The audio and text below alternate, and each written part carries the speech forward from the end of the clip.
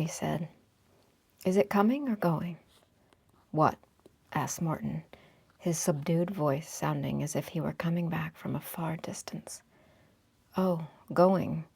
That is the Bürgermeister Steenbock for Russia," he added after a pause. "I shouldn't like to be going with it. It must be worse there than here." "Now," Tony said, "you are going to begin again on the nobility. I see it in your face, and it's not at all nice of you. Tell me, did you ever know a single one of them?" "No," Morton shouted, quite insulted. "Thank God, no." "Well, there, then, I have. Armgard von Schilling over there that I told you about. She was much better natured than either of us. She hardly knew she was a von. She ate sausage meat and talked about her cows." "Oh, of course, there are naturally exceptions. Listen, Fraulein Toni. You are a woman, you see, so you take everything personally. You happen to know a single member of the nobility, and you say she is a good creature, certainly. But one does not need to know any of them to be able to judge them all. It is a question of the principle, you understand, of the organization of the state. You can't answer that, can you? They need only to be born to be the pick of everything, and look down on all the rest of us, while we, however hard we strive, cannot climb to their level." Morton spoke with a naive, honest irritation. He tried to fit his speech with gestures, then perceived that they were awkward and gave it up. But he was in the vein to talk, and he went on, sitting bent forward with his thumb between the buttons of his jacket, a defiant expression in his usually good-natured eyes. "We, the bourgeoisie, the third estate, as we have been called, we recognize only that nobility which consists of merit. We refuse to admit any longer the rights of the indolent aristocracy.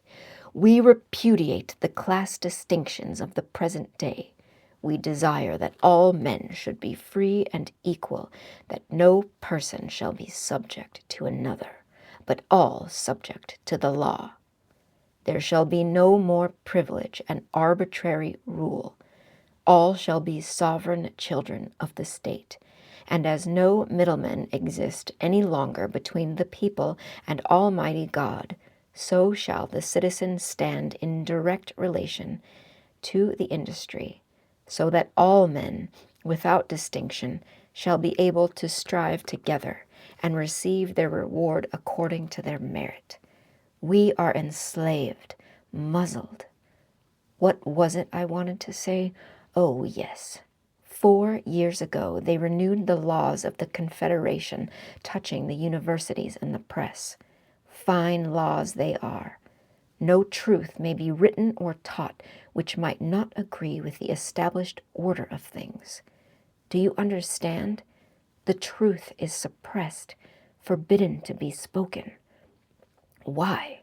For the sake of an obsolete, idiotic, decadent class which everybody knows will be destroyed someday anyhow. I do not think you can comprehend such meanness. It is the stupid, brutal application of force, the immediate physical strength of the police without the slightest understanding of new spiritual forces. And apart from all that, there is the final fact of the great wrong the King of Prussia has done us. In 1813, when the French were in the country, he called us together and promised us a constitution. We came to the rescue. We freed Germany from the invader. Tony, chin in hand, stole a look at him and wondered for a moment if he could have actually helped to drive out Napoleon. But do you think he kept his promise? Oh, no. The present king is a fine orator, a dreamer, a romantic like you, Fraulein Toni. But I'll tell you something. Take any general principle or conception of life. It always happens that, Directly it has been found wanting and discarded by the poets and philosophers. There comes along a king to whom it is a perfectly new idea, who makes it a guiding principle. That is what kings are like.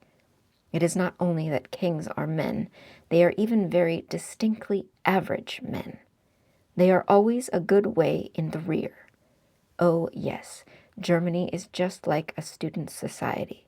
It had its brave and spirited youth at the time of the Great Revolution, but now it is just a lot of fretful Philistines. Whoa, this is crazy.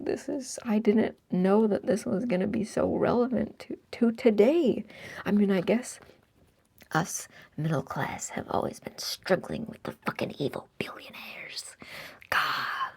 Wow, this is so beautiful. I need to highlight this amazing little speech of his. Wow. Yeah, yes, Tony said. But let me ask you this. Why are you so interested in Prussia? You aren't a Prussian. Oh, it is all the same thing, Fraulein Buddenbrook. Yes, I said Fraulein Buddenbrook on purpose. I ought to even have said Demoiselle Buddenbrook and given you your entire title.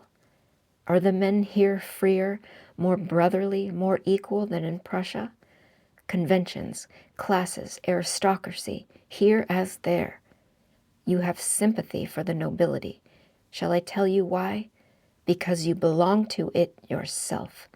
Yes, yes, didn't you know it? Your father is a great gentleman, and you are a princess.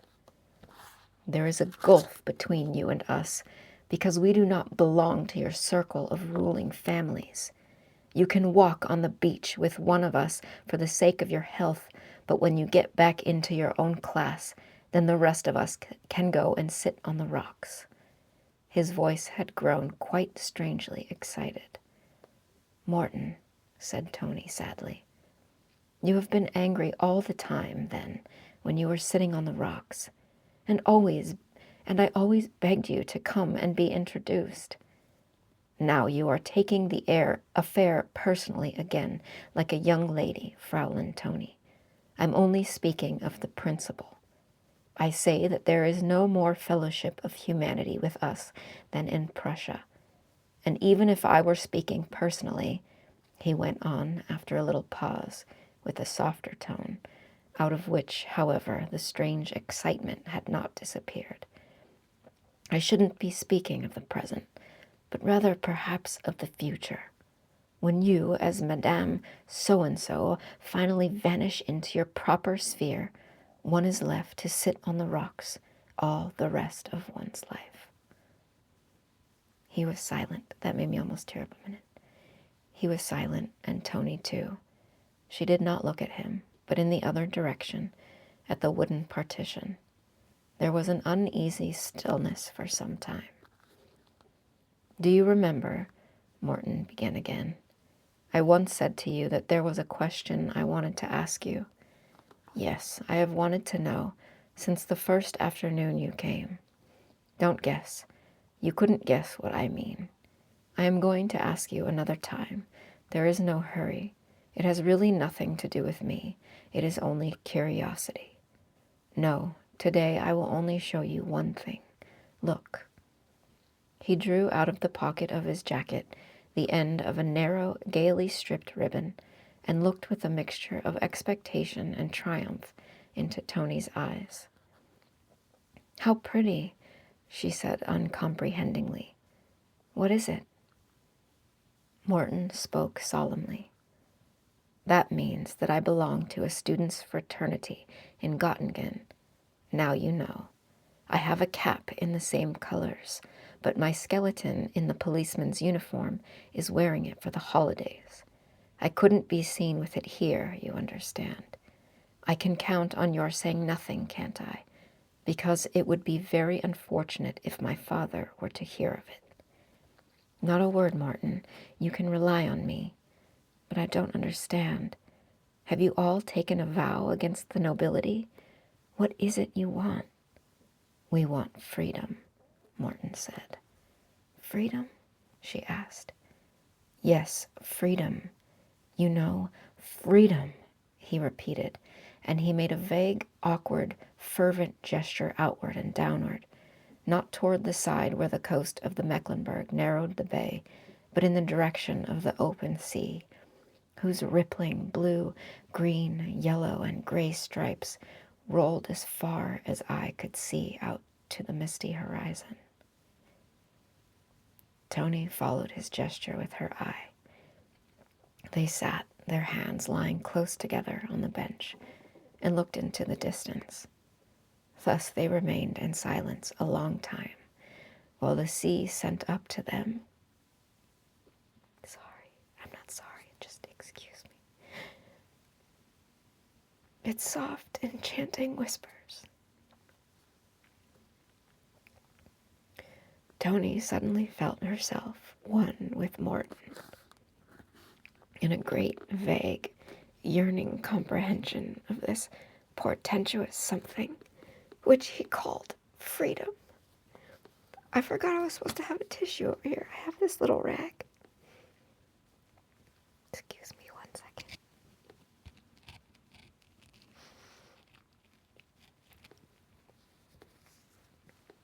Chapter 9.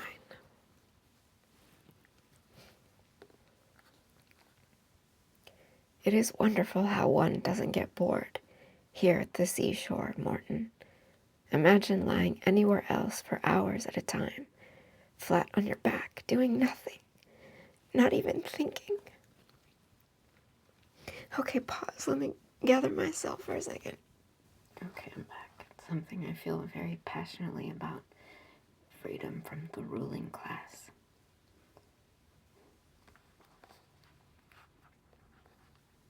Yes, I must confess that I used to be bored sometimes, only not in the last few weeks.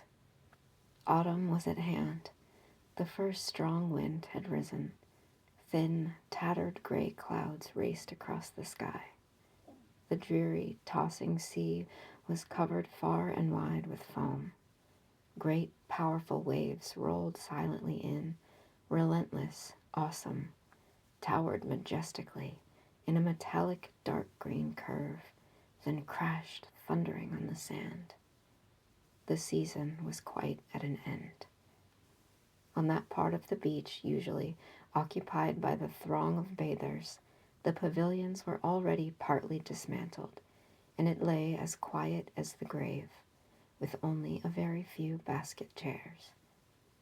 But Tony and Morton spent the afternoon in a distant spot, at the edge of the yellow loam, where the waves hurled their spray as far up as Seagull Rock. Morton had made her a solid sand fortress, and she leaned against it with her back, her feet in their strap shoes and white stockings crossed in front of her. Morton lay turned toward her, his chin in his hands. Now and then a seagull flew past them, shrieking. They looked at the green wall of wave, streaked with seaweed, that came threateningly on, and then broke against the opposing boulders, with the eternal, confused tumult that deafens and silences and destroys all sense of time. Finally, Morton made a movement as though rousing himself from deep thought, and said, "Well, you will be leaving us. You will soon be leaving us, Fraulein Tony." "No, why?" Tony said absently. "Well, it is the 10th of September. My holidays are nearly at an end, anyhow. How much longer can it last? Shall you be glad to get back to the society of your own kind? Tell me, I suppose the gentlemen you dance with are very agreeable?" No, that was not what I wanted to say. Now you must answer me," he said with a sudden resolution, shifting his chin in his hands and looking at her. "Here is the question I have been waiting so long to ask. Now, who is Herr Grunlick?" Tony sat up, looking at him quickly, her eyes shifting back and forth like those of a person recollecting himself on coming out of a dream. She was feeling again the sense of increased personal importance first experienced when Herr Grunlich proposed for her hand. "Oh, is that what you wanted to know, Morton?"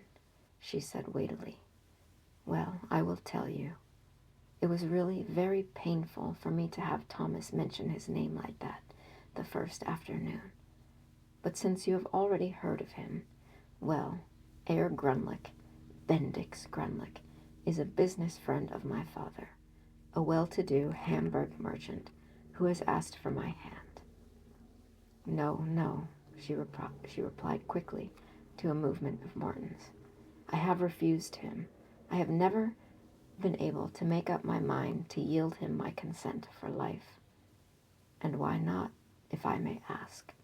said Morton awkwardly. "Why, oh, good heavens, because I couldn't endure him," she cried out in a passion. "You ought to have seen him, how he looked and how he acted. Among other things, he had yellow whiskers, dreadfully unnatural. I'm sure he curled them and put on gold powder." I want a mustache with gold powder.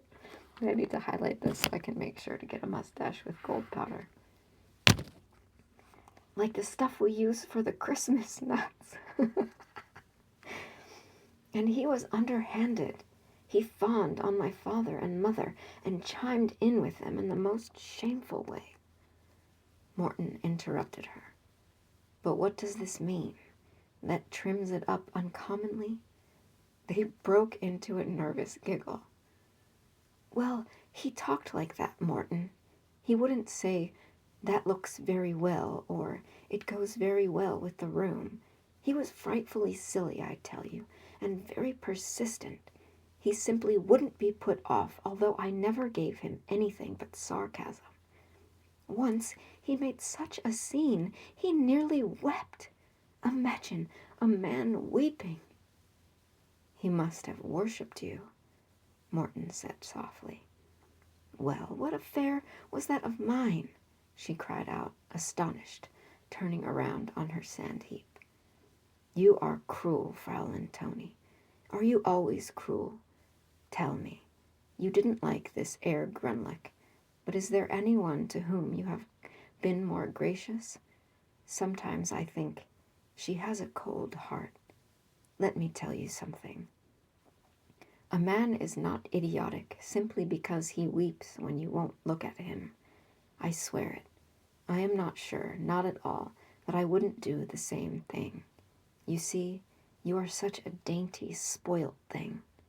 Do you always make fun of people that lie at your feet? Have you really a cold heart?" After the first giggle, Tony's lip began to quiver. She turned on him a pair of great distressed eyes, which slowly filled with tears as she said softly, "No, Morton, you should not think that of me. You must not think that of me." "I don't. Indeed, I don't," he cried, with a laugh of mingled emotion and hardly suppressed exultation. He turned fully about so that he lay supporting himself on his elbows, took her hands in both his, and looked straight into hers with his kind, steel blue eyes, which were excited and dreamy and exalted all at once. "Then you won't mock me at all if I tell you—" Oops, let me do that again. That was supposed to be in his voice. "Then you won't mock at me if I tell you." "I know, Morton," she answered gently, looking away from him at the fine white sand sifting through the fingers of her free hand. "You know? And you, oh, Fraulein Toni." "Yes, Morton, I care a great deal for you, more than for anyone else I know." He started up, making awkward gestures with his arms like a man bewildered. Then he got to his feet, only to throw himself down again by her side and cry in a voice that stammered, wavered, died away, and rose again out of sheer joy. "Oh, thank you, thank you. I am so happy. more than I ever was in all my life. And he fell to kissing her hands. After a moment, he said more quietly, "You will be going back to town soon, Tony, and my holidays will be over in 2 weeks. Then I must return to Göttingen. But will you promise me that you will never forget this afternoon here on the beach, till I come back again with my degree and can ask your father, however hard that's going to be, and you won't listen to any Herr Grunlich meantime? Oh, it won't be so long. I will work like anything. It will be so easy." "Yes, Martin," she said dreamily, looking at his eyes, his mouth, his hands holding hers. He drew her hand close to his breast and asked very softly and imploringly, "And won't you, may I, seal the promise?" She did not answer.